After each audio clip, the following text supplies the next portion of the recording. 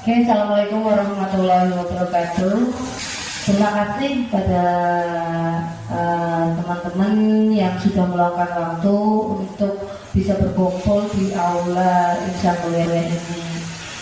Yang terhormat Ibu Wajah Eni Suyanti SPID selaku Ketua Yayasan Insan Mulia, rekan sejawat dari TK Dewi Sri, TK Terindah, Pancasila 1, Pancasila 2, dan TK Prasetyo Budi.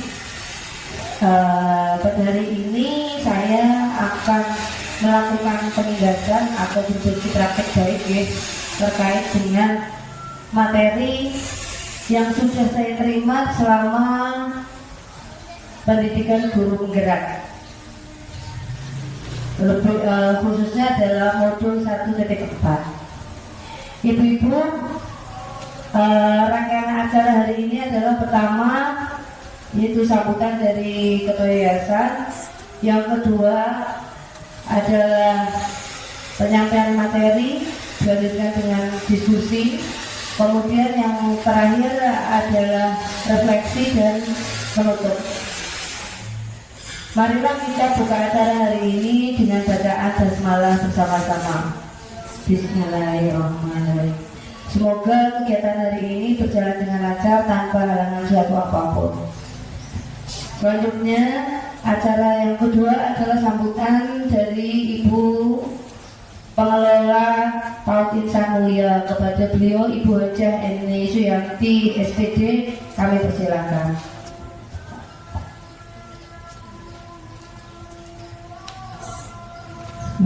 Assalamualaikum warahmatullahi wabarakatuh. Selamat datang teman-temanku semua yang berkenan menghadiri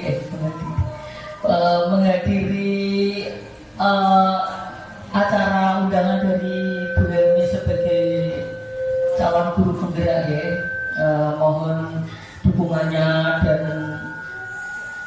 doanya biar nanti menjadi guru penggerak yang lancar, dan nanti mohon bimbingannya juga ya nih.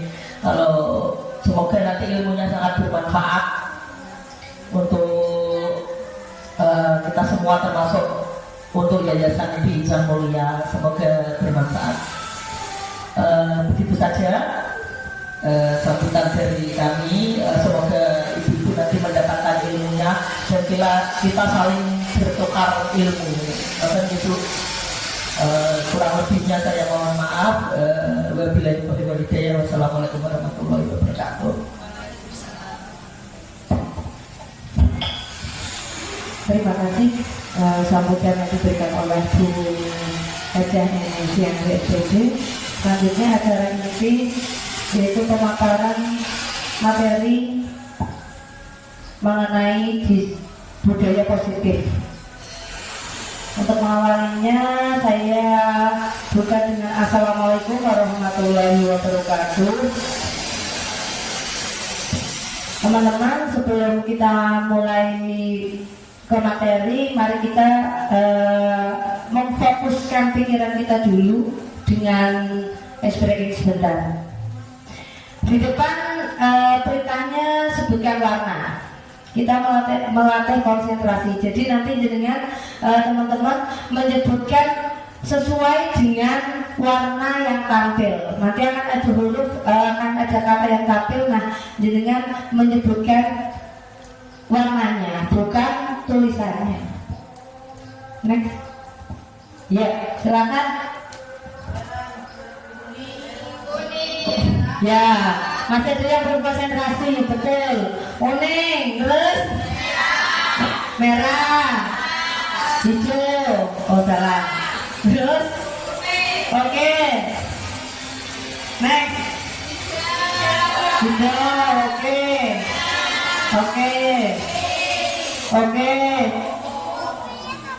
Apa? Oh, budidaya, ayo. Konsentrasi. Yuk. Merah. Nah, Terus? Nah, sepertinya bagaimana Queen?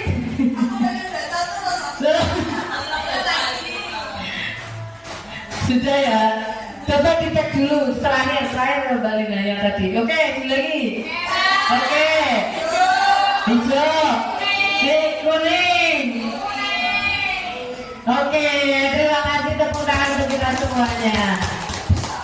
Ya, sepele tetapi itu adalah salah satu cara untuk kita fokus pada sebuah tujuan. Konsentrasi kita kemana? Terkadang kita mau ngomong merah tapi tulisannya hitam. Nah itu kan berarti tidak kesesuaian yang ada di otak kita. Next. Teman-teman, hari ini saya akan mempresentasikan atau diseminasi yaitu berbagi pemahaman tentang materi budaya positif. Budaya positif. Apa itu budaya positif? Kalau sebelum saya ke sini, kita ingat tentang filosofi Ki Hajar Dewantara yang mengatakan bahwa pendidik itu adalah seorang penuntun bagi anak didiknya. Jadi kita harus memfasilitasi, membawa anak didik kita mencapai kodratnya sesuai dengan bakat dan minat anak. Kita hanya sebagai penuntun, bukan penentu. Kalau anak kita istilahnya sukanya A, kita tidak boleh memaksa untuk menjadi suka B, tetapi adalah bagaimana kita memfasilitasi biar dia berkembang sesuai dengan bakatnya tersebut. Kemudian yang berhubungan dengan budaya positif sebagai gambaran adalah seorang pendidik itu juga harus bisa dikatakan sebagai petani. Kenapa? Ibaratnya seorang petani itu ketika akan menanam padi, menanam tanamannya, dia harus melakukan banyak hal. Berhasil tidaknya tanaman itu tentu sangat berkaitan dengan usaha yang dilakukan oleh petani. Nah, budaya positif di sini itu bisa dilambangkan kalau menurut KHD itu seolah seperti sawah yang akan ditanami padi. Sawah itu hendaknya ya diberi pupuk, kemudian disirami, diberi air, kemudian diberi dibersihkan dari rumput-rumput liar. Nah, itu adalah upaya seorang petani melawan zaman tersebut hingga akhirnya menanam padi di sawah. Nah, itu secara gambaran kasar budaya positif yang akan saya sampaikan itu kurang lebih seperti itu, Bu. Kita menciptakan sebuah lingkungan, kita menciptakan sebuah sawah yang harapannya nanti tanamannya menjadi bagus. Monggo dari sini budaya positif. Kalau positif jelas baik. Nah, kira-kira apa? Ada yang sudah klaim belum? Budaya positif berarti nanti di dalamnya terkait dengan apa? Oke, pembiasaan boleh. Apalagi? Perilaku. Oke.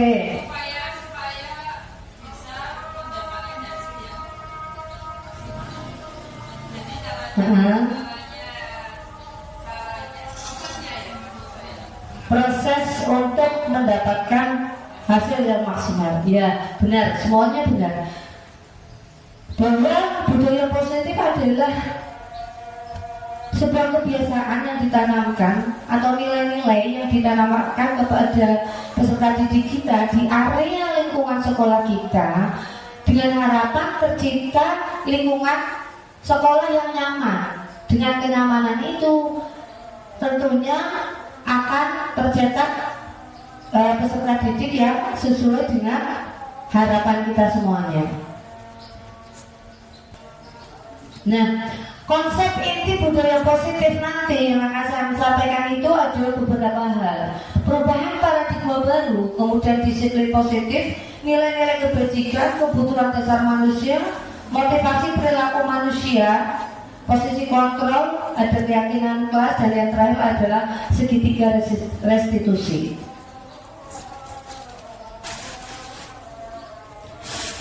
Paradigma baru. Pembelajaran paradigma baru adalah pembelajaran yang dirancang berdasarkan prinsip pembelajaran berdiferensiasi, sehingga peserta didik belajar sesuai dengan kebutuhan, sesuai dengan tahap perkembangan, sesuai dengan pelajar profil Pancasila. Oh iya, terima kasih koreksinya. Berarti konsentrasi, fokus. Ya, paradigma baru yang saat ini yang dikembangkan adalah terkait dengan profil pelajar Pancasila. Ini yang masih menjadi PR kita. Bagaimana kita mewujudkan anak didik kita itu menjadi profil pelajar Pancasila. Dari harus berkarakter, kemudian dia harus beriman dan bertakwa, berkebinekaan global, bergotong royong, kreatif, bernalar kritis, mandiri, sehingga tercipta profil pelajar Pancasila. Iya, disiplin positif ibu-ibu. Kalau tadi budaya positif. Nah ini adalah untuk mengantarkan kita membentuk budaya positif adalah salah satunya dengan disiplin positif. Apa itu disiplin positif? Yaitu nilai-nilai, keyakinan-keyakinan dan kebiasaan-kebiasaan di sekolah yang berpihak pada murid agar murid berkembang menjadi pribadi yang kritis, penuh hormat dan bertanggung jawab. Monggo kira-kira di benak teman-teman ketika kita bicara disiplin positif itu apa? Contoh konkret di lembaga panjenengan itu dalam bentuk apa? Mungkin ininya biar terdengar ya. Monggo Bu.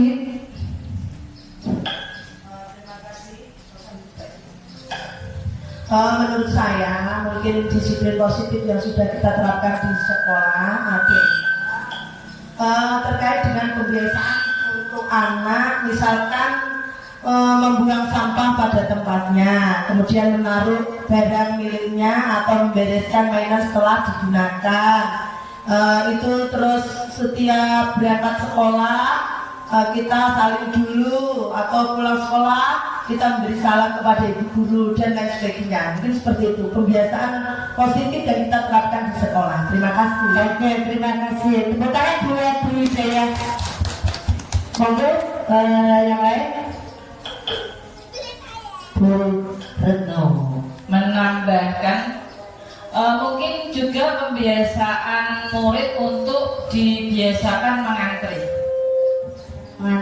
dalam hal apa? Ya banyak hal, misalkan untuk kadang kita dalam pembelajaran kan di tempat saya itu ada belajar wudhu itu kan terus berbaris ke belakang, tidak besar-besarkan ataupun menyerobot antrian. Kemudian juga di area sosial emosional itu juga mau berbagi, itu menurut saya juga disiplin positif gitu. Terima kasih. Oke, tepuk tangan buat Bu Retno. Luar biasa. Ternyata tanpa kita sadari banyak sekali yang sudah kita kerjakan yang mengantarkan kita sampai di disiplin positif. Benar yang disampaikan Bu Hidayah tadi, pembiasaan, kemudian budaya antri yang disampaikan Bu Retno itu masuk ke disiplin positif. Endingnya adalah setelah kebiasaan itu terpatri dalam diri peserta didik kita, akan menghasilkan menjadi sebuah karakter, ya, karakter murid sesuai dengan profil pelajar Pancasila tadi.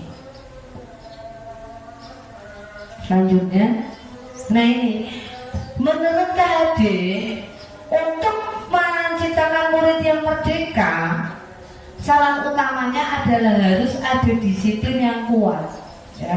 Disiplin yang dimaksud adalah disiplin diri yang memiliki motivasi internal. Jadi penata untuk membuat disiplin itu ada dua faktor kalau menurut KHD, bahwa disiplin itu harus muncul dalam diri kita secara internal, kemudian muncul dari lingkungan kita atau pihak lain untuk mendisiplinkan kita, yaitu motivasi eksternal.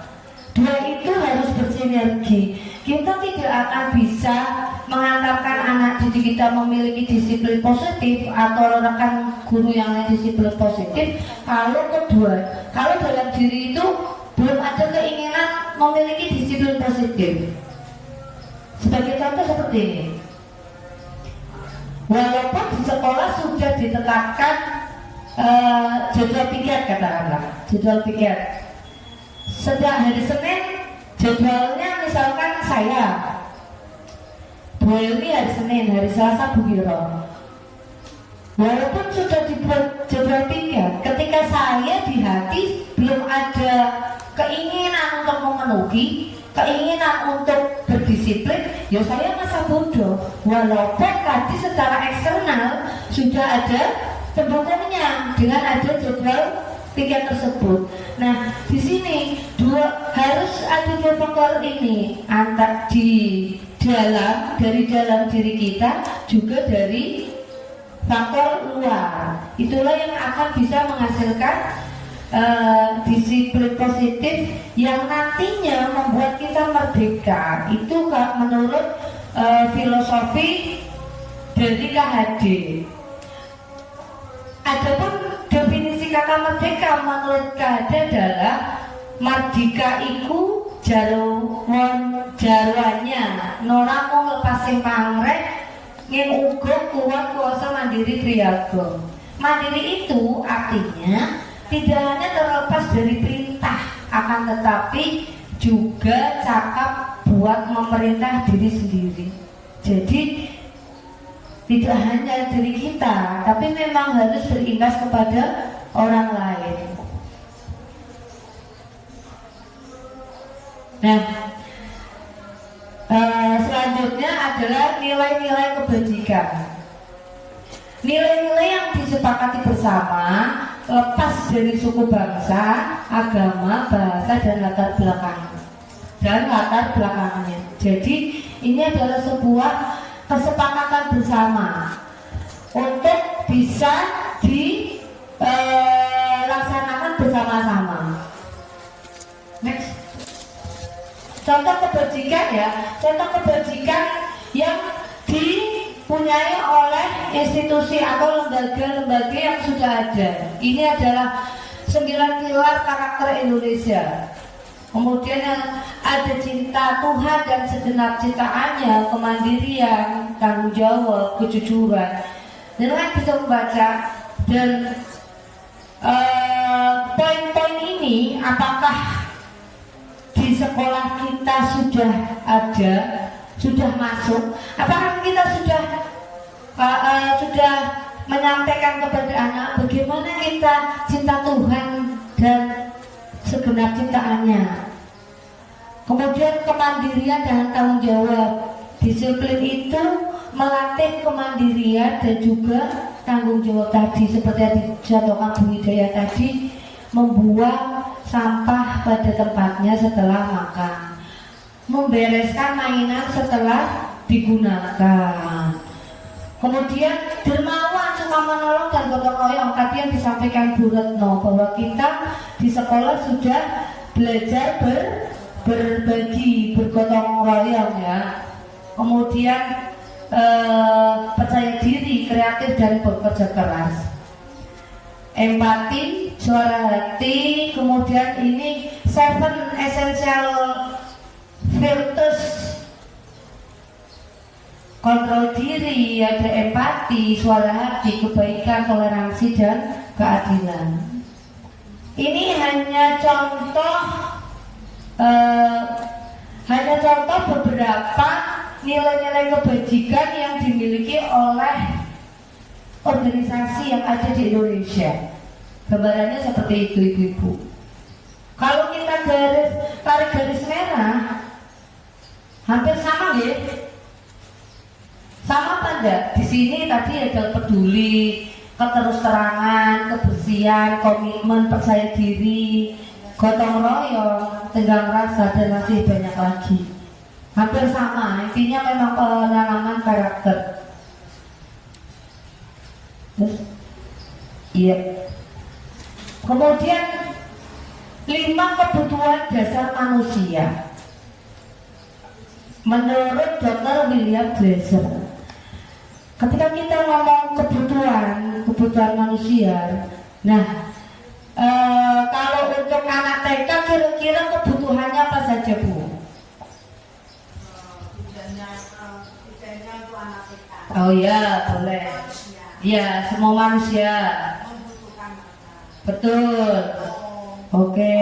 Ya, pakaian, semua kebutuhan yang dibutuhkan untuk perkembangan atau pertumbuhan. Iya. Dasar kebutuhan yang dibutuhkan kita untuk berkembang itu yang ingin kita capai. Nah, kalau menurut William Glasser ada 5 kebutuhan dasar manusia. Ada kasih sayang dan rasa diterima. Kemudian ada penguasaan, ada kesenangan, ada kebebasan, kemudian ada bertahan hidup. Kalau ada sebuah contoh kasus seperti ini, di lembaga saya ada anak yang dia bawa bekal di dalam tas, tetapi dia suka makan bekal temannya. Nah, menurut jenengan itu masuk dalam kategori mana? Kenapa dia melakukan hal tersebut? Dia bawa bekal, tapi tetap dia ambil makanan punya temennya. Saya rasa hampir di lembaga ada kasus seperti itu. Nah, penasaran? Kenapa penasaran? Mungkin dia bekalnya itu saja. Jadi dia pengen mencoba punya teman. Ingin mencoba punya temannya, ya bisa saja.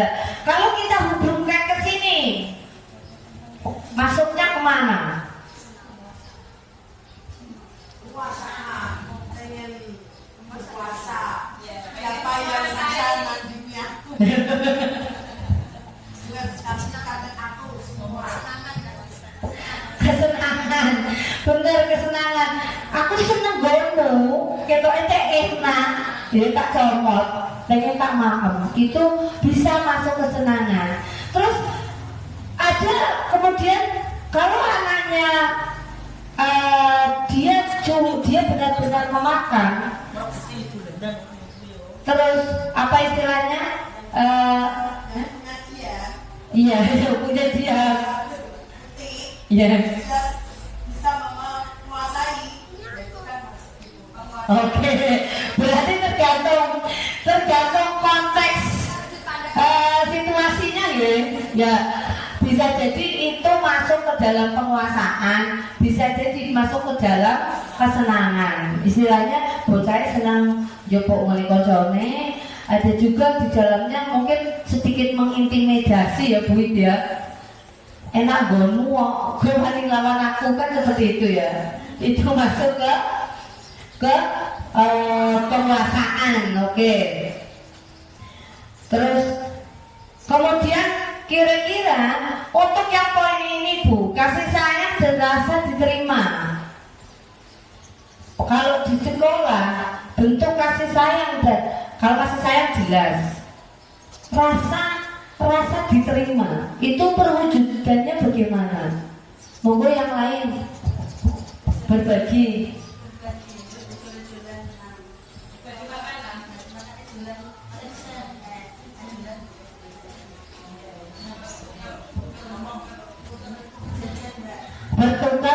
Bertukar jajanan. Untuk tadi rasa diterima atau kasih sayang?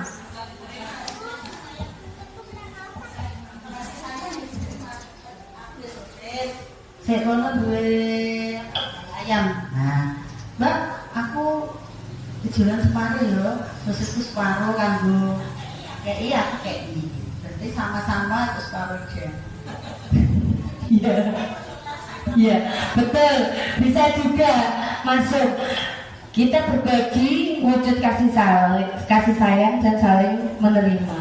Terus kalau kasusnya seperti ini Bu, ada seorang anak di lembaga di mana dia katakanlah memiliki keistimewaan tidak seperti biasanya.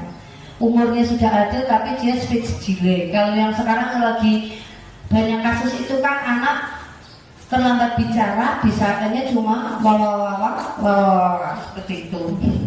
Soalnya kasusnya ini banyak. Nah, ketika sampai di lingkungan sekolah, di lingkungan kelas itu, teman-teman istilahnya dia agak mau kudu melu dolanan, kudu ngejak dolanan, tapi kudu emoh. Itu seperti apa? Kalau kasusnya seperti itu, apakah bisa dikatakan sebagai apa? Apakah dia termasuk anak yang diterima di lingkungannya dengan keunikan yang ada? Soalnya di lembaga saya ada satu orang, memang dia punya temperamen tinggi, dolanan, nek njaluk ya ora kudu dituruti. Nek ora dituruti, apa sing ning sandinge dijaga. Jadi kaplok ya ditutup, dikapakno seperti itu.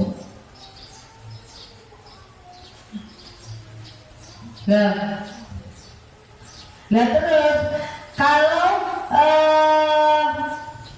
kasusnya yang seperti itu, untuk menjadi diterima, sebenarnya perlakuan apa yang harus kita lakukan dengan anak didik kita yang sifatnya seperti itu. Amat jauh seperti ini, dia tidak fokus. Istilahnya, Mas, Bu Guru minta tolong, tasnya ditaruh. Itu kan jelas. Dia masih diam, masih hidup tas anteng. Mas, tasnya ditaruh. Dia baru mudeng, tasnya dicopot mingret. Nah, itu menurut jenengan bagaimana? Kalau menjumpai di dalam sekolah ada kasus peserta didik yang seperti itu, nggih monggo Bu Retno.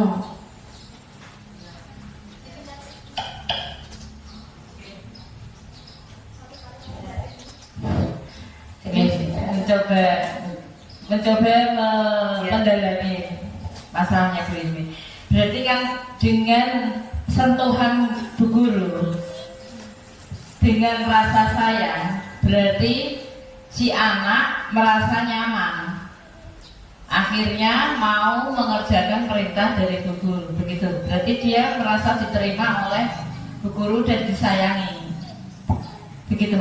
Berarti ada interaksi ya, ada interaksi antara guru dan murid tersebut, peserta didik tersebut, untuk istilahnya wujud diterima di lingkungannya adalah merangkul yang bersangkutan untuk bersama-sama bermain atau mungkin mendekat walaupun dia dengan kondisi yang berbeda, begitu. Setuju? Ya lanjut. Nah, bergeser ke motivasi perilaku manusia. Sebenarnya tanpa kita sadari, ketika berbuat ada 3 faktor yang mendasari kita melakukan sesuatu. Yang pertama, untuk menghindari ketidaknyamanan atau menghindari hukuman. Yang kedua, untuk mendapatkan imbalan atau penghargaan dari orang lain. Berarti ngarep-ngarep pujian, ya, pamrih. Terus yang ketiga, untuk menjadi orang yang mereka inginkan dan menghargai diri sendiri dengan nilai-nilai yang mereka percaya. Jadi ketika kita berbuat sesuatu karena aku ingin seperti yang diharapkan oleh Bu Eni. Aku tak mangkat gasik dan aku sesuai dengan yang diharapkan Bu Eni. Jadi kesayangannya Bu Eni misalnya, seperti itu menjadi guru kesayangannya. Itu kan intrinsik, maksudnya motivasi yang membuat kita bertindak, motivasi yang ada di dalam diri kita untuk melakukan sesuatu. Nah, tiga hal ini juga berkaitan dalam pembentukan disiplin positif. Ya apa tidak? Menghindari ketidaknyamanan atau hukuman. Ya akhirnya disiplin. Daripada kena denda, biar denda, ya wes mangkat jasik, ora terlambat, misalkan seperti itu. Mendapatkan imbalan penghargaan dari orang lain. Lomba, kalau dia dapat pujian, itu juga masuk. Kemudian menjadi diri kita yang lain, menjadi diri kita sesuai dengan harapan tadi, orang lain tadi. Jadi itu adalah tiga motivasi perilaku manusia. Iya, sekarang kita masuk di posisi kontrol. Ketika kita di dalam lingkungan sekolah, ya, kita ada 5 posisi. Kudune ya sadar posisi kita di mana, kan seperti itu. Ada penghukum, ada pemantau, pembuat merasa bersalah, ada yang sebagai teman, dan juga ada yang sebagai manajer. Kira-kira yang bagaimana dikatakan kita sebagai posisi penghukum? Monggo sebelah sana ya berpendapat, bisa beneran ngantuk. Penghukum.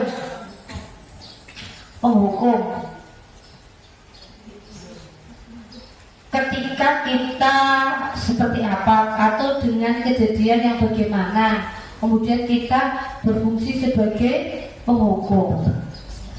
Nek penghukum itu misal kayak ada anak melakukan kesalahan ke temannya, misalkan nutuk apa gitu kan, langsung kamu jangan begitu, begini tidak boleh, kayak seperti itu. Yo tidak, hukuman kan tidak harus kamu harus hukum seperti ini kan, enggak, seperti ucapan kan sudah menjadi hukuman, maksudnya sudah disiponis. Itu kamu jangan nakal, itu kamu kok enggak apa-apa kok, dia itu ini kayak gitu. Ya, tepuk tangan buat Bulsa. Terima kasih. Mungkin yang lain, saya tampung dulu. Nanti kita cek benar tidak yang penghukum itu yang kondisi yang bagaimana. Yang lain, apa sudah sependapat dengan Bu Lisa tadi? Penghukum mungkin punya pendapat berbeda atau menambahkan juga boleh. Ya, hanya menambahkan sih sedikit. Penghukum itu ibaratnya dibuat patokan kalau anak itu membuat kesalahan, guru itu mungkin memberi peringatan kalau kamu itu salah seperti ini, kamu nanti akan dijauhi teman-teman, terus tidak dikorek, tidak digelani, Ya. secara anak kan biasanya seperti itu, tidak digelani, ya nanti dengan kata-kata itu mungkin anak menjadi dia mengontrol, oh aku kalau seperti ini akhirnya seperti ini. Mungkin sebagai acuan anak, kalau dia berbuat kesalahan ada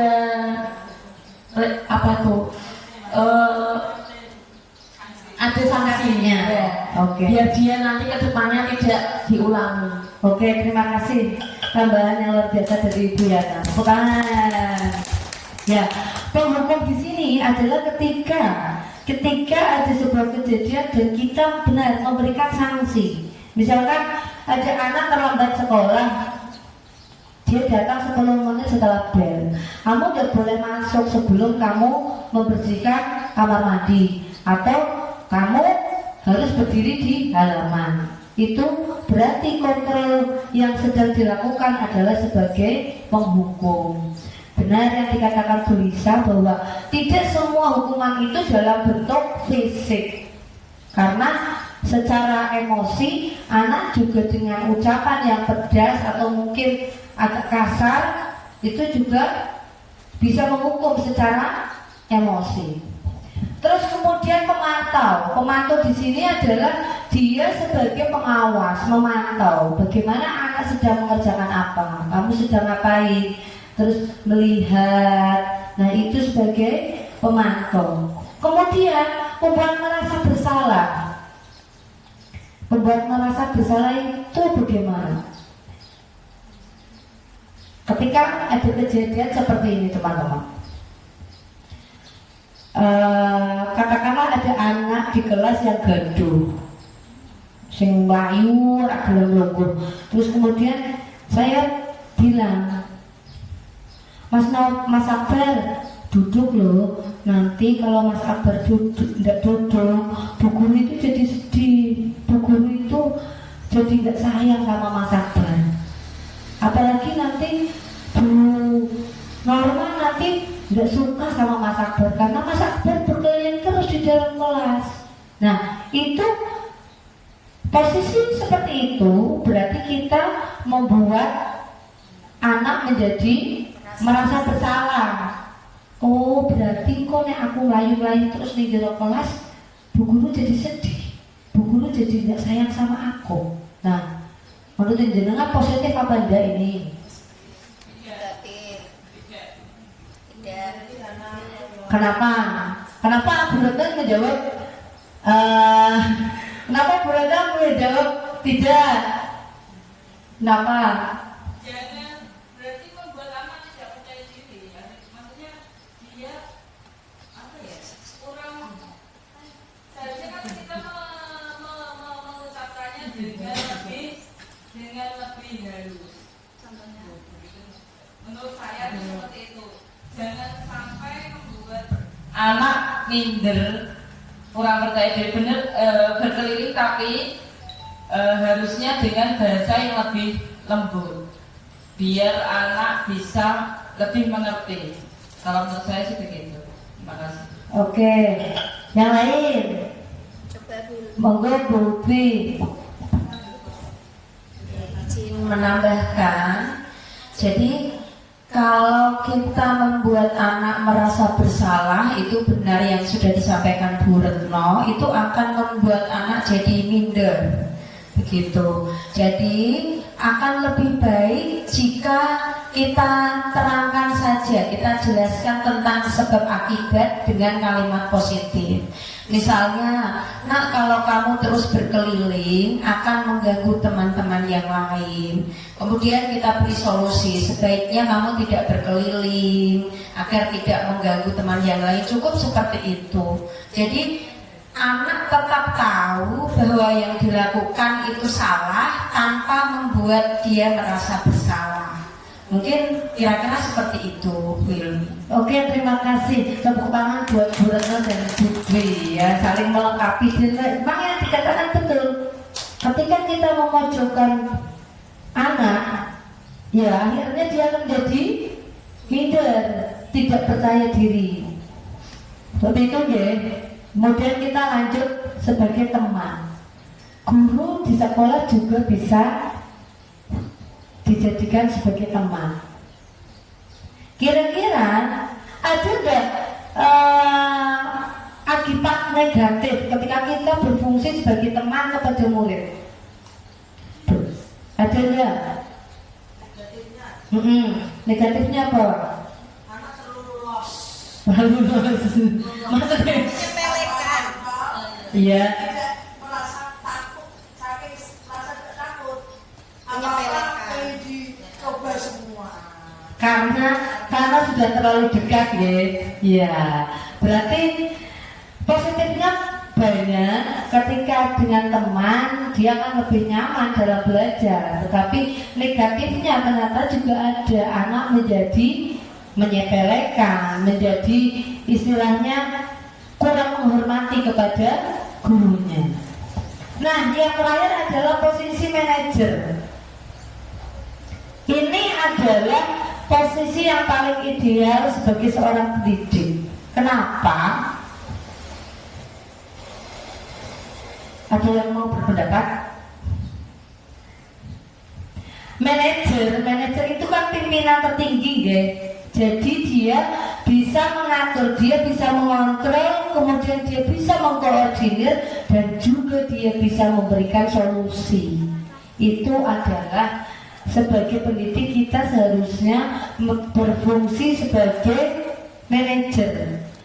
Terkadang kita bisa mengatur anak didik kita, terkadang kita bisa mengatur, tetapi ketika anak didik kita punya masalah, kita juga bisa memberikan solusi pemecahan. Nah, disitulah fungsi sebagai manajer.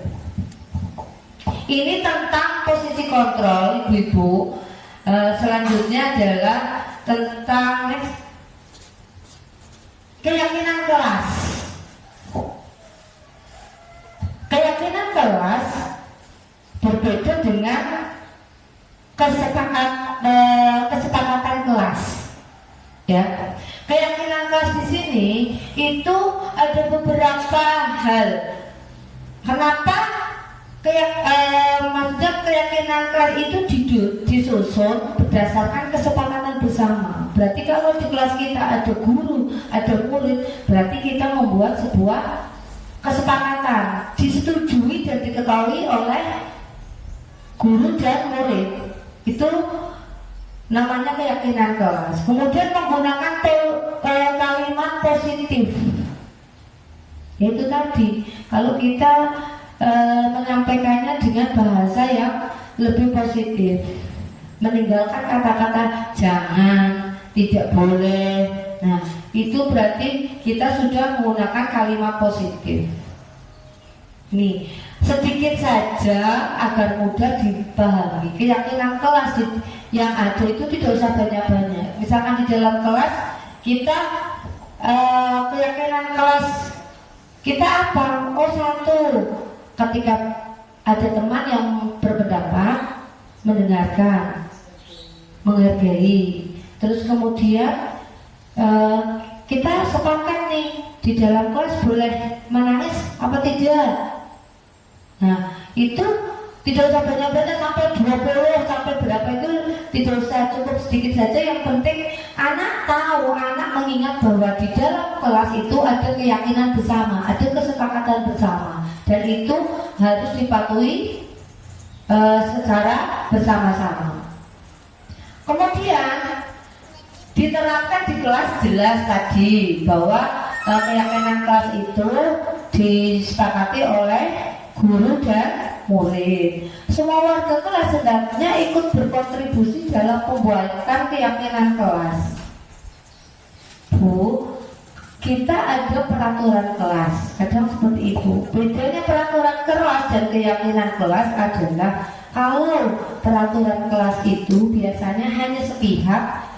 Yang menentukan kan mungkin dari pihak sekolah, atau mungkin yang menentukan dari pihak guru. Anak tidak dilibatkan ketika dalam penyusunan peraturan kelas tersebut. Nah, keyakinan kelas ini berarti yang menggagas adalah anak dan guru. Kesepakatan bersama dilakukan bersama. Itu ya. Dapat mereview keyakinan kelas dari waktu ke waktu. Jadi kalau dirasa sudah tidak relevan, kurang tepat, ya kita dapat melakukan perubahan, yaitu dengan catatan berdasarkan kesepakatan bersama. Ya, seperti itu.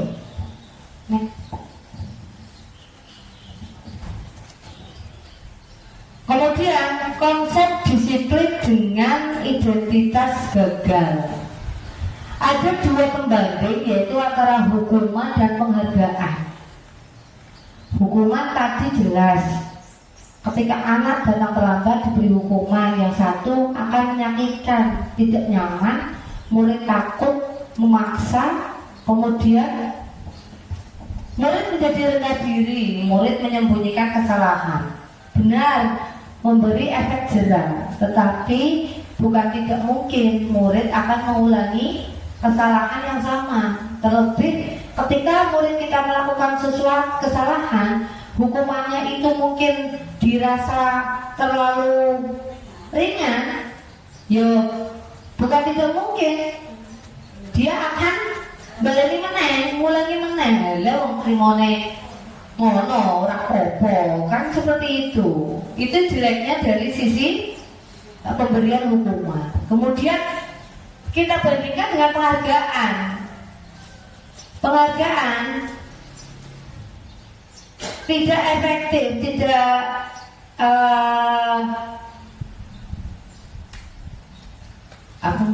efektif, merusak hubungan, sifat iri, kemudian mematikan kreativitas, menghukum dengan sistem ranking, merampas hak menghargai dirinya. Maksudnya di sini, ketika kita memberikan hukuman dan dihubungkan dengan penghargaan itu, penghargaan kan misalkan anak dapat ranking, kemudian dia mendapatkan penghargaan. Iya, yang dapat penghargaan senang, tetapi kan ada sisi lain yang pasti akan sedih. Dia, alah aku wis koyo ngono wis maksimal, tapi ternyata orang itu hadiah, orang itu penghargaan. Ya wis aku koyo ngene wae. Kan ada yang seperti itu. Terimone aku wis rajin, sing dipuji-puji balas sing ora rajin. Aku ki rajin wis seminggu. Barang kono rajinnya cuma sedino kok langsung ngentok reward si seminggu ora dikai penghargaan. Itu kan bentuk penghargaan yang salah tempat, bisa mematikan kreativitas kita menjadi semakin malas untuk berkembang, merampas hak menghargai dirinya.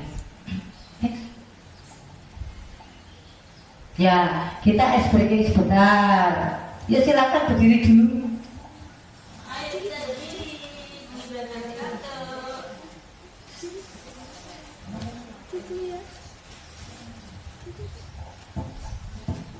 Tidak, dia tidak mau. Ayo kita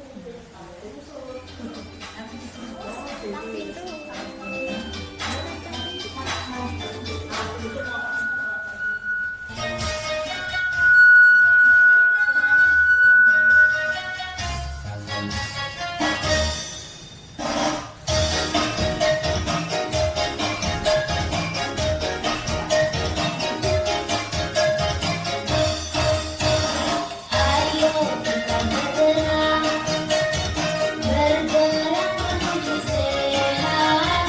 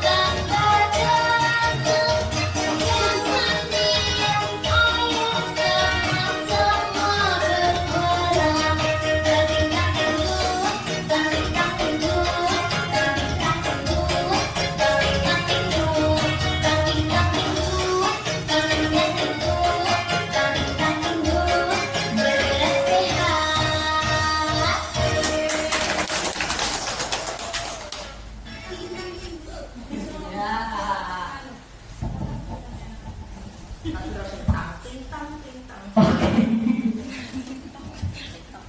Terima kasih. Dan sedikit Pedro untuk melek, tidak ngantuk. Tinggal beberapa. Saya lanjutkan ya Ibu. Oh. Oke Ibu. Oke. Suaranya sekarang. Konsep disiplin diri, konsep disiplin dengan identitas sukses, konsekuensi dan restitusi. Konsekuensi penguatan jangka panjang perlu monitoring berkelanjutan, stimulus atau respon. Kemudian murid menghormati peraturan, kehilangan waktu untuk merenungi kesalahan. Konsekuensi itu adalah akibat. Nah, akibat yang muncul dari apa yang kita lakukan, apa yang kita perbuat, itu akan muncul konsekuensinya. Tentunya ketika kita akan melakukan sesuatu, kita sudah punya gambaran nanti akibatnya seperti ini. Konsekuensi yang harus saya terima seperti ini. Kemudian restitusi. Murid bertanggung jawab untuk perilakunya, fokus pada pemecahan masalah jangka panjang. Murid menghormati dirinya dan orang lain. Teori kontrol, dirinya memegang kontrol. Murid bersemangat memperbaiki keadaan.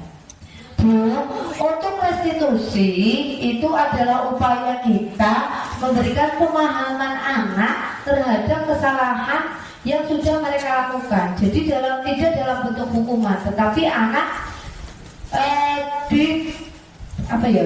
supaya berpikir, supaya apa yang sudah dilakukan kamu itu sebenarnya betul apa salah. Nah, dia akan berpikir, oh yang saya lakukan itu ternyata salah. Salahnya kenapa? Oh karena ini misalkan. Terus agar tidak salah lagi bagaimana? Nah itulah yang digunakan oleh restitusi. Jadi anak kita melakukan sesuatu yang salah, tapi kita menyadari, tidak melalui hukuman, tapi memang kita sudah mengetahui, oh ternyata yang saya lakukan itu keliru. Jadi saya tidak akan melakukan lagi. Gitu guys. Konsep disiplin pendekatan restitusi tadi yang sudah saya sampaikan. Dari sini terlihat proses menciptakan kondisi bagi murid untuk memperbaiki kesalahan mereka sehingga mereka bisa kembali pada kelompok mereka dengan karakter yang lebih kuat menurut pendapatnya Gosen 2004. Jelas tadi si anak tahu bahwa yang dilakukan itu adalah keliru, salah, sehingga dia tidak akan mengulanginya lagi. Kemudian ciri-ciri restitusi itu bagaimana? Bukan untuk menebus kesalahan, tetapi adalah belajar dari kesalahan. Karena bentuknya bukan hukuman, tetapi adalah refleksi, memperbaiki hubungan, tawaran bukan paksaan. Anak ditawari, didorong. Nah, kalau kamu melakukan itu, nanti akan seperti ini. Kalau kamu melakukan ini, imbasnya seperti ini. Jadi diberi penawaran. Restitusi menuntut untuk melihat ke dalam diri, refleksi tadi. Restitusi fokus pada karakter bukan tindakan. Jadi harapannya ketika anak didik kita menyadari kesalahan, dia tidak akan melakukan hal yang sama. Kemudian yang terakhir adalah restitusi fokus pada solusi, bukan sebuah hukuman, tapi adalah pemecahan dari masalah itu apa. Kemudian solusinya bagaimana sehingga masalahnya menjadi tuntas.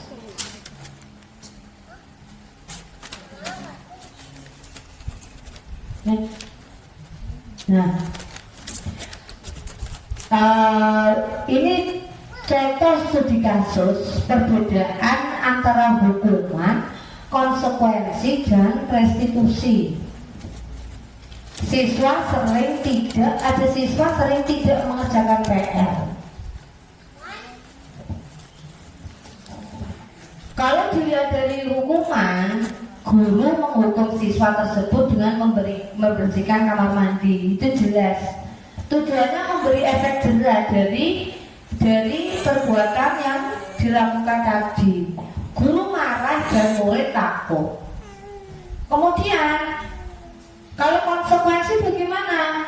Guru memberikan konsekuensi untuk mengerjakan PR-nya saat istirahat. Guru tegas dan siswa menghormati peraturan. Kemudian beda lagi dengan restitusi. Guru menanyakan keyakinan kelas atau keyakinan kelas atau dirinya dan membantu siswa menyelesaikan masalah. Kemudian yang kedua, guru terbuka dan siswa menghormati dirinya dan orang lain. Jadi di antara tiga solusi ini yang lebih bagus itu memang metode restitusi. Kita cari dulu kenapa alasannya anak tersebut melakukan. Kenapa melanggar, tidak mengerjakan PR. Terus bagaimana solusinya? Bukan kemudian gue salah, ya wes pokoknya gue bersihi kamar mandi misalkan. Ya itu nanti kembali lagi kepada yang tadi kita bahas bersama. Ketika ada peluang akan bisa mengulangi kejadian lagi, kesalahan lagi.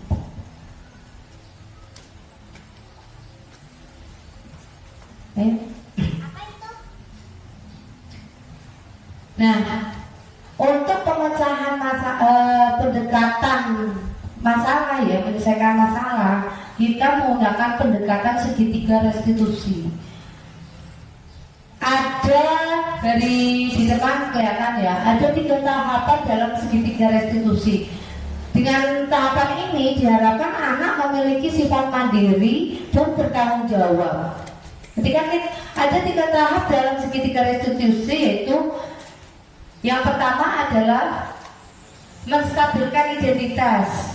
Kemudian yang kedua, validasi tindakan yang salah, dan yang ketiga menanyakan keyakinan. Menstabilkan identitas bisa dengan pertanyaan, adakah cara yang lebih efektif untuk mendapatkan apa yang kamu butuhkan selain cara yang ditempuh tadi. Kemudian validasi tindakan yang salah, kamu tentu punya alasan mengapa melakukan itu. Pasti setiap melakukan tindakan ada alasannya. Kita tanyakan dulu ke anak, bagaimana, kenapa kamu, misalkan kenapa kamu tidak berangkat hari ini? Kan alasannya pasti ada. Kita dengarkan dulu, tidak kemudian kita langsung menghukum atau memberi sanksi. Kemudian keyakinan kelas apa yang telah kita sepakati? Kamu ingin menjadi orang yang seperti apa? Ini jelas. Jadi kita cari dulu alasannya kenapa. Kemudian kita hubungkan. Kita ada kesepakatan kelas bahwa ketika tidak berangkat sekolah harus ngapain? Oh, memberi kabar pada bu guru. Dilakukan apa tidak? Nah dengan sendirinya kan anak bisa menjawab yang dilakukan.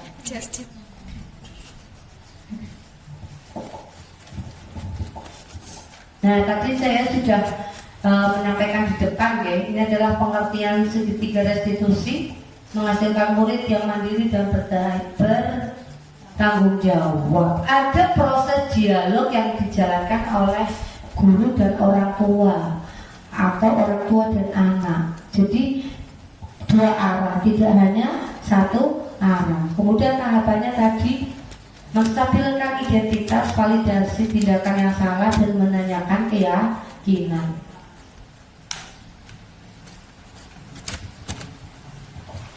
Nah, ini lebih detail dijelaskan di sini bahwa menstabilkan identitasnya bagaimana?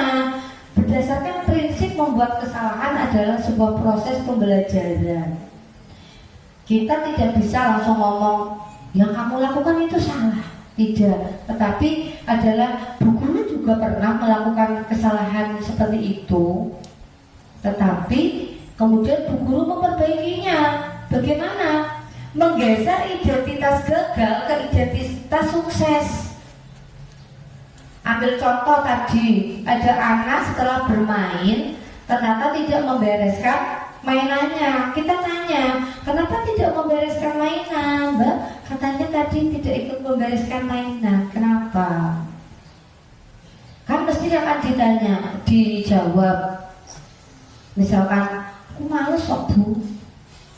Nah, kalau sudah males atau mungkin alasannya perutku sakit Bu, jadi aku buru-buru mau ke kamar mandi misalkan. Nah, di sini kita menstabilkan identitas dulu. Tadi yang dilakukan anak kita itu kenapa?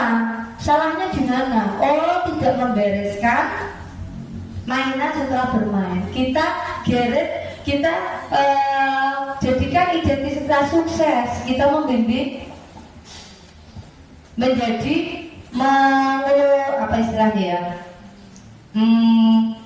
Mencari alasan kenapa dia melakukan itu, sehingga itu bukan sebuah kesalahan yang sangat fatal. Kita memberi pengertian berbeda. Kemudian validasi tindakan yang salah berdasarkan prinsip setiap perilaku berupa memenuhi suatu kebutuhan tertentu. Guru akan bergeser dari stimulus respon menjadi proaktif. Mengetahui dan mengenali kebutuhan murid akan memperbaiki hubungan dengan murid. Ini menanyakan keyakinan. Murid-murid akan diberi pertanyaan-pertanyaan bermakna untuk memunculkan motivasi secara intrinsik, mampu mengaitkan tindakannya dengan tindakan yang salah. Setelah kita tanya, tadi kenapa? Ingat gak, kita punya keyakinan kelas kalau setelah bermain itu harus bagaimana? Oh, harus membereskan mainannya. Nah, tadi yang dilakukan betul apa salah?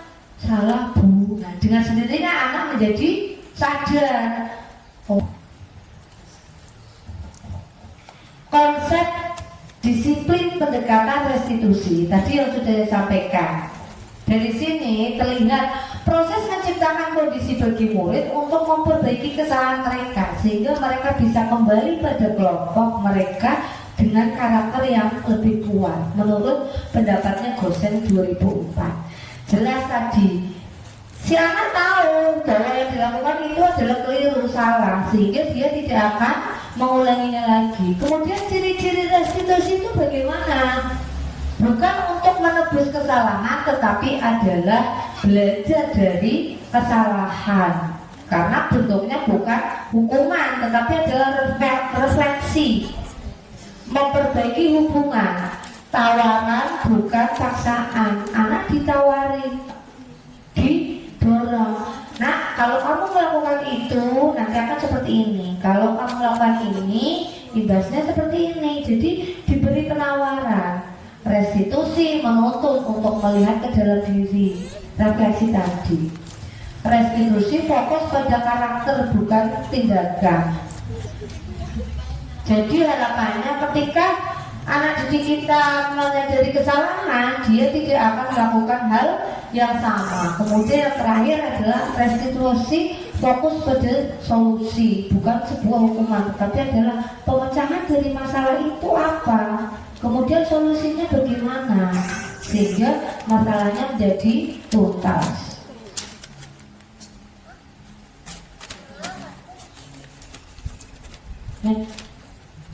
Nah, ini contoh studi kasus perbedaan antara hukuman, konsekuensi, dan restitusi. Siswa sering tidak mengerjakan PR. Kalau dilihat dari hukuman, guru menghukum siswa tersebut dengan membersihkan kamar mandi, itu jelas. Tujuannya memberi efek jera dari perbuatan yang dilakukan tadi. Guru marah dan murid takut. Kemudian kalau konsekuensi bagaimana? Guru memberikan konsekuensi untuk mengerjakan PR-nya saat istirahat. Guru tegas dan siswa menghormati peraturan. Kemudian beda lagi dengan restitusi. Guru menanyakan keyakinan kelas atau kenaikan kelas atau dirinya dan membantu siswa menyelesaikan masalah. Kemudian yang kedua, guru terbuka dan siswa menghormati dirinya dan orang lain. Jadi di antara tiga solusi ini yang lebih bagus itu memang metode restitusi. Kita cari dulu kenapa alasannya anak tersebut melakukan. Kenapa melanggar, tidak mau mengerjakan PR. Terus bagaimana solusinya? Bukan kemudian gue wis salah, ya wis pokoknya gue bersihi kamar mandi misalkan. Ya itu nanti kembali lagi kepada yang tadi kita bahas bersama. Ketika ada peluang akan bisa mengulangi kejadian lagi, kesalahan lagi.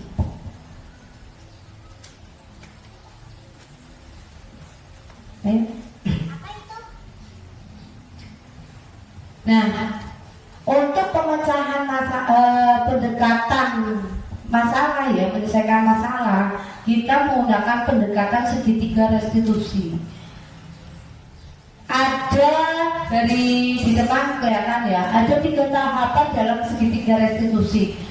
Dengan tahapan ini diharapkan anak memiliki sifat mandiri dan bertanggung jawab. Ketika ada 3 tahap dalam segitiga restitusi, yaitu yang pertama adalah menstabilkan identitas.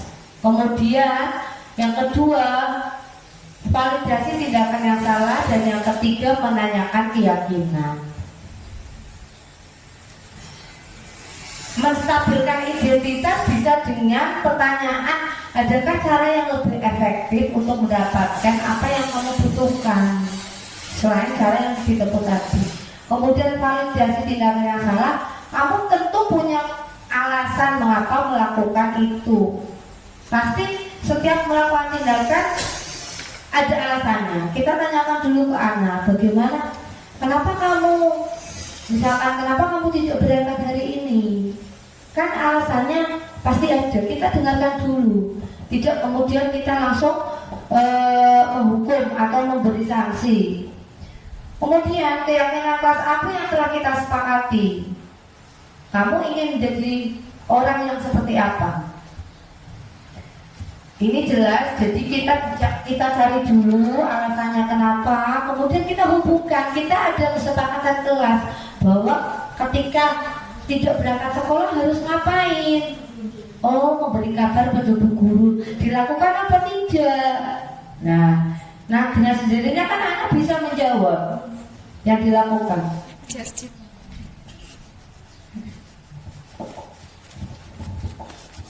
Nah, tadi saya sudah menyampaikan di depan ya, ini adalah pengertian segitiga restitusi, menghasilkan murid yang mandiri dan bertanggung jawab. Ada proses dialog yang dijalankan oleh guru dan orang tua atau orang tua dan anak. Jadi 2 arah, tidak hanya 1 arah. Kemudian tahapannya tadi menstabilkan identitas, validasi tindakan yang salah, dan menanyakan keyakinan.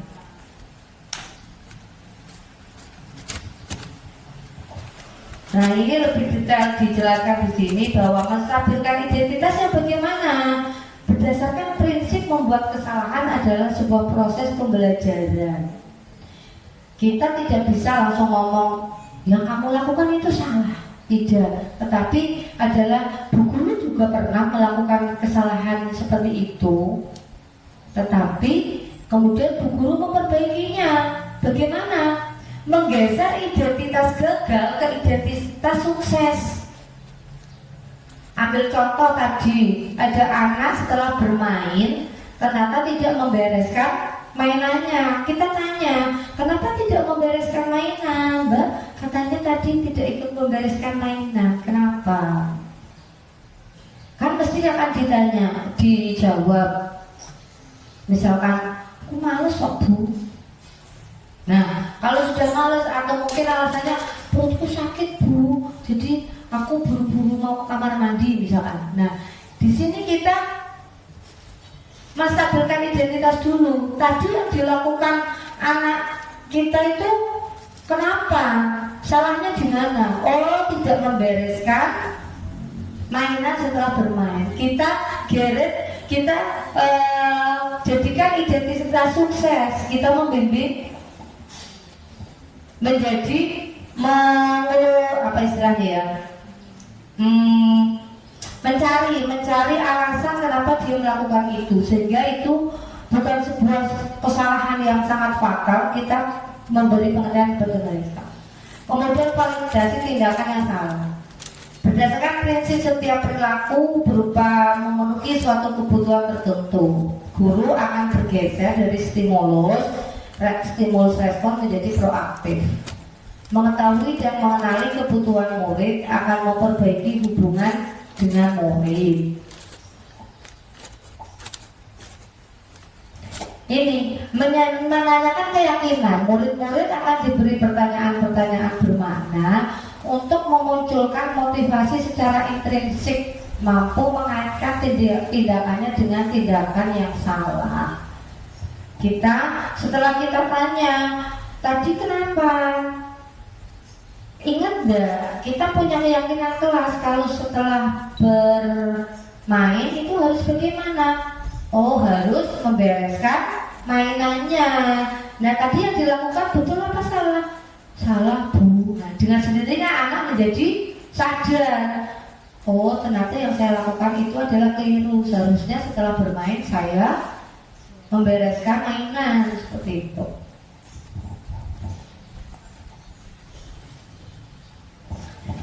Contoh, ini sebenarnya saya ambil spontanitas, bukan istilahnya. Memang spontanitas. Waktu itu ada kejadian Mas Zaki menangis di kelas karena tidak mau ditinggal ibunya. Dia membuang tas-tas milik temannya. Meja-meja itu dijungkir-jungkir Bu. Terus kemudian kelasnya jadi kurang kondusif untuk belajar. Bu guru menenangkan Mas Zaki dan melakukan segitiga restitusi atas apa yang telah dilakukan Mas Zaki.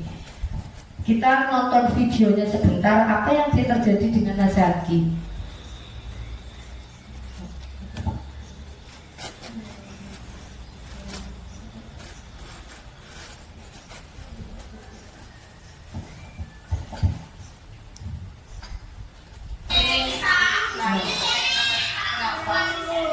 Mungkin sebenarnya dikenal itu.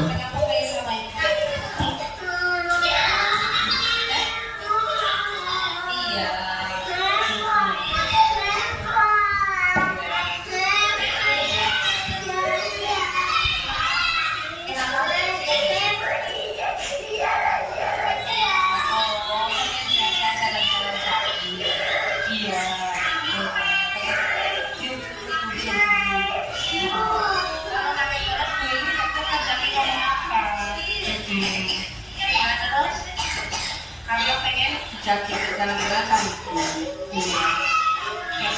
Terus Zaki ingat nggak pas boleh kamu siapa aja, boleh kamu siapa aja, boleh nangis, ngomong. Zaki lupa ya, kan kita punya pesan. Setiap hari penuh drama. Kau tidak boleh apa? Tidak boleh apa? Tidak boleh nangis ya. Nanti kita bilang sama ibu kalau mau sekolah. Mas Zaki pengen apa? Pengen jalan-jalan ya. Pengen jalan-jalan. Sekarang berhenti dulu nangisnya, ya. Berhenti dulu nangisnya. Oke. Jangan di normal. Sekarang berhenti dulu nangisnya. Boleh nggak nangis terus? Ya boleh, terus suaranya nggak? Ya. Bisa olah. Bisa olah kenapa? Boleh nangis ya?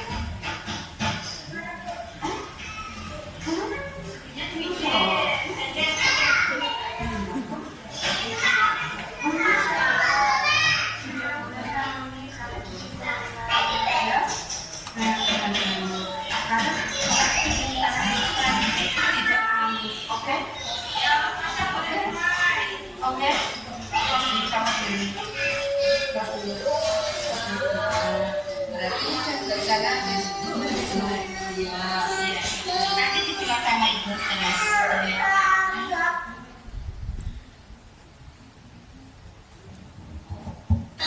Ini karena gitu. Sudah senang, sudah bahagia, sudah senang. Tas dulu. Oke. Besok lagi nggak boleh apa? Nggak boleh apa tadi? Seperti tadi. Nggak boleh apa? Nggak boleh nangis. Iya, anak itu.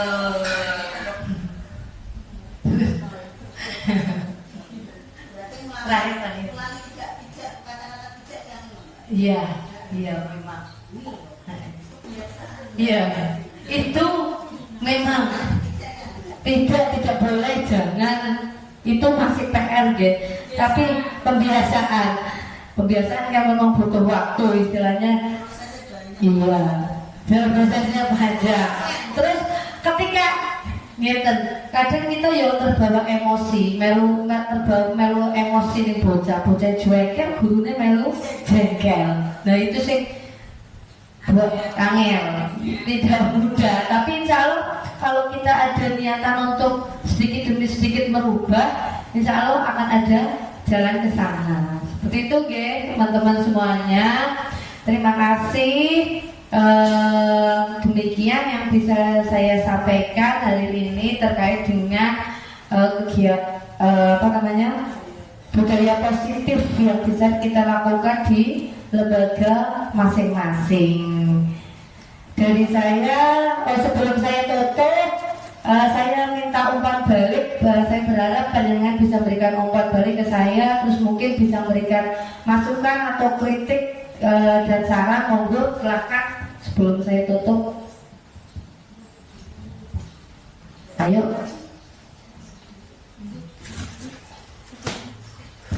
Tidak apa-apa, maju pula kayak pedagang. Orang maju itu. Iya, oke. Hah?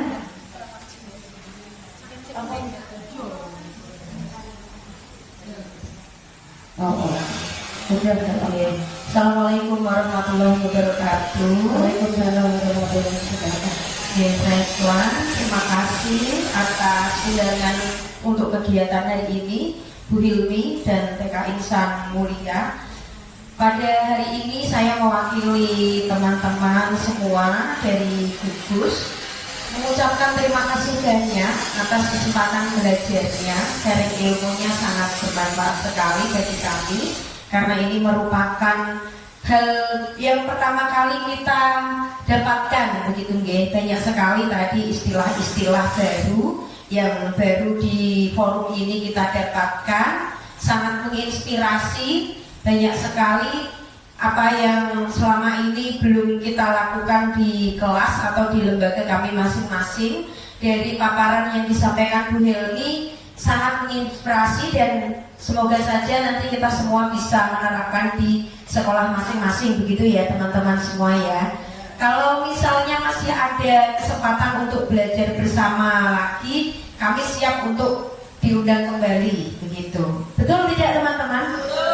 Oke, baiklah, semoga Bu Hilmi diberi kemudahan, sukses dalam CGP angkatan 11 ya Bu Hilmi ya, bisa lulus dengan baik dan selalu memberi manfaat kepada kita semua. Terima kasih. Wassalamualaikum warahmatullahi wabarakatuh. Waalaikumsalam warahmatullahi wabarakatuh. Terima kasih pada Bu Dwi atas balik refleksinya kepada saya dan terkait dengan kegiatan ini. Ada lagi yang lain atau cukup, karena memang waktunya sudah semakin siang terima kasih. Sekali lagi saya sampaikan, mohon maaf apabila ada hal yang kurang berkenan di hati teman-teman semuanya. Dari saya tutupkan. Assalamualaikum warahmatullahi wabarakatuh.